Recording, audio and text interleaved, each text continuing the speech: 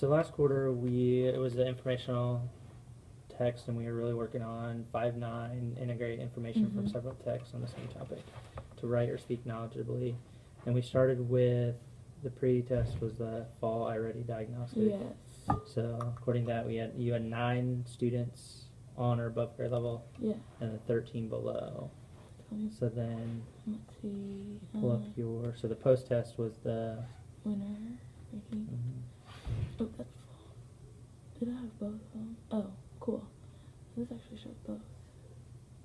Alright, so what we can do is we can kind of look at our individual students too.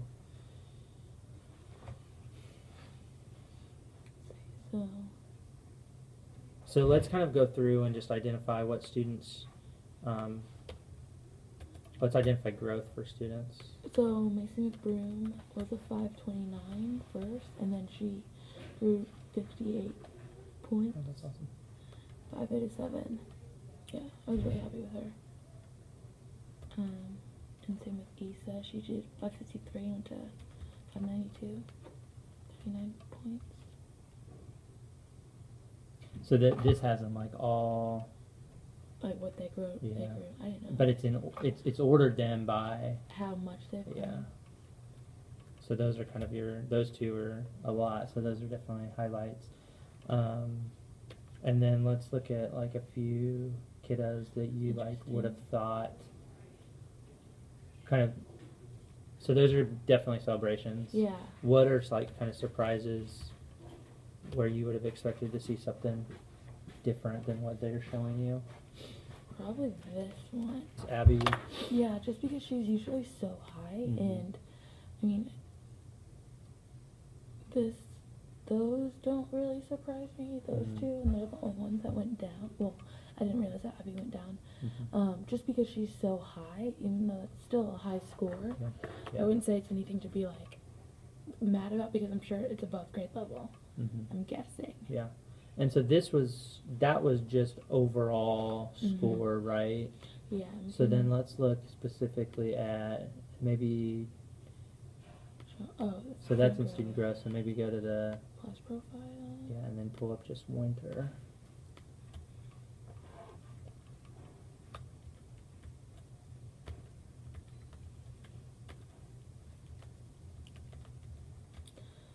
So. I have 16 on level, which I have one that's far but unlikely. So 16, so you went from 9 in the fall to 16 on or above. That's pretty cool. Yeah, that's awesome. So yeah, and he actually had some growth too, even though it didn't look like it. So obviously from that, if you have 9, you went from 9 to 16, did that mean students that were below grade level, you went from 13 to 6? Because as you're getting more kids on grade level, then obviously you're getting less off. So there's kind of two ways to look at that. Yeah. So is this like on the grader scale, closer to the on grade level? Oh, there we go. I know 2 of it. Yeah, so those 4.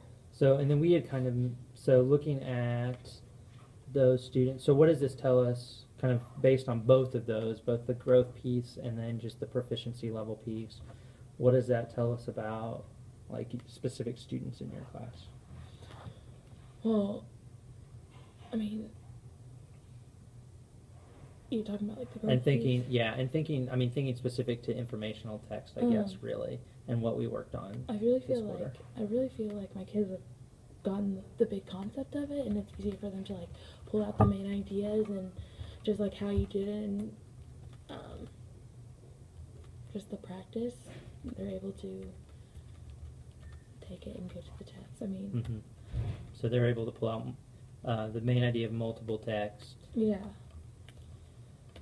And so we can even look at kind of the learning targets and say, and we might even have to drill down more, but locating information from several texts on the same topic, determining which pieces of information best support their topic, and then the integrating, that was our main the end goal is integrating, bringing together information from several texts to Yeah. display their knowledge.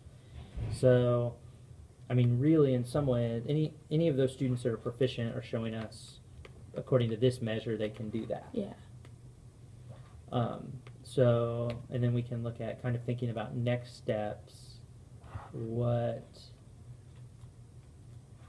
I would just say like taking like steps so like they continue to be like on this level and not, I don't know, come back from it, just practicing it and like looking at like taking things from our iReady and viewing the test and saying like, okay, from here I can, you know, practice with the kids, or making sure that they're getting exposure to questions like this so it helps them on the math test.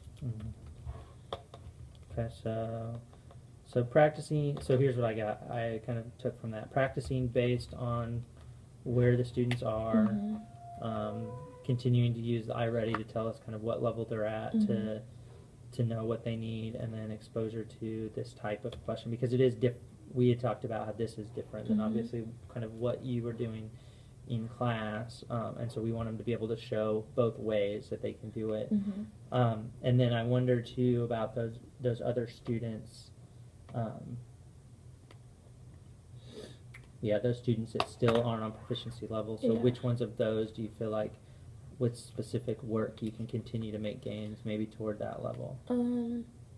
Especially with these two, it was just kind of, it was interesting because they both went down, but like they went down below. I mean, it wasn't like a concern like how it was with Abby, because Abby went down, but she was at a 628. Yeah. These students went down, and I just maybe. And those are more of what we would typically call our bubble kids. So Yeah, they're really they're really close. I don't know what the cutoff is, Yeah. but it's obviously 585 would be on, Yeah. so they're within, you know, relatively close to that. Yeah, she's within 15 points at least, and then. So, and that was kind of one of your goals. So the student goal was obviously integrating information, and your goal from the beginning was kind of utilizing a variety of instructional strategies. So within the unit and working together, we used classroom discussion, we used gradual release, we used formative assessment, we used monitoring, learning, and feedback, and success criteria differentiation. So we used quite a few different strategies. So part of that, I think, is looking at, okay, so those two specific kids, how are we going to continue to work with them with informational text, and then do they need just additional time with those strategies, or do we need to try some new instructional strategies? And James is one of those students where he like rushed through it. I mean, he was the first one done. I was like, well, you know, let's see how like that compares to your score. So I think, and definitely he struggled with that. Like his because the kid is always reading. So do I think that he probably rushed through it? Yeah. So maybe just, even the next time he takes the test, maybe have him sit next to me to, for him to maybe just have that kind of like, what's that term? You like, when you like walk around. Just using proximity. Proximity control, yeah. And that's the one thing. And I think even too, a conversation with him about the importance of, this is an opportunity to show what you know. I know that you're capable, doing it, but rushing is gonna, you know, keep it. So even just that conversation. So Macy, she took her first test wasn't by me, and her second test was right there. So I definitely think that, like, you can see whether it was like a better day, and she, like, you can tell like working right there. And since she's also somewhat on that, I mean, she's kind of on that bubble within a few. So, you know, I definitely think celebrate her success there, but then also just reiterate the importance of, look at the difference from that time to this time, and think about those strategies that were different. And that's one thing I I saw her test and I was like, oh my gosh, Macy. And she's like, what'd I do? And I was like, look at this. And she was like super excited. And awesome. She's like, I didn't realize I went up that much. And I was like, yeah, that's what happens. You just focus and take your time. And I definitely like let her like, hey, go get a drink from the water fountain, even though we have a water fountain in here, and just like having her get that movement. And so then what about her? Because she's really she close. Has like, so she has a 504. Okay. And so she went and took the test with Miss O'Reilly. So, I'm not sure really what was the difference there. And so one thing we can do too is we might look specifically at where she is and see. Vocab, yeah. And then her spelling is very, I can feel like how that could, the vocabulary. Yeah. And so that's where, iReady has great data for us. We may even need to look like more specifically in her work. So obviously this says like what she can do, next steps, teaching, citing textual evidence. So, and that's one thing we've been going over kind of with our pretest that's been doing, our pretest has been we did a pretest over I don't even remember what it was, but over iReady, and so then we've been looking at this and like how we find like the main idea and like pulling, and one of the questions yesterday was like, what statement can be said for like all of the 3 passages, and we looked at like the key word is like the 3 passages and taking the time and like pulling like what the vibe is from each passage, and then from there like is that mentioned, and just kind of breaking down the question and asking yourself questions within the question to help you get the right answer.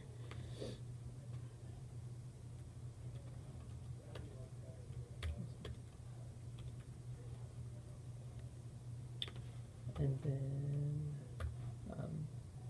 so obviously we'll continue to monitor where students are with informational.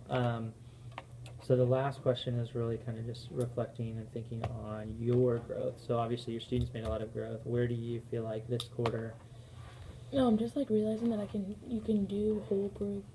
Like I really feel more confident in like the shared reading pieces. Like when we're talking about in team meetings, like realizing that like I've been successful and I've definitely grown in having successful shared reading, definitely from like the beginning of the year, and the different types of just utilizing the different types of strategies, like the whole group or the partner or the small group stuff, and then having lots of discussions. That really helps, because then you can I might not be making sense to some kids, but if another student says something in the whole group lesson, then from there it's like, oh, it might click more. Awesome.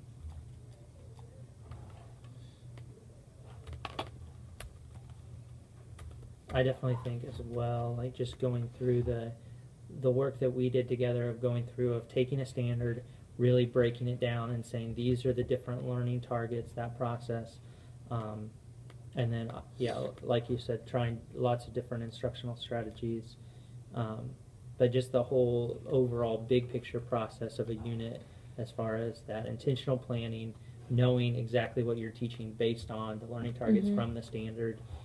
I feel like you've made some big steps from first quarter to second quarter in doing that, and so, obviously we're going to continue working together, and I'll work with your team, but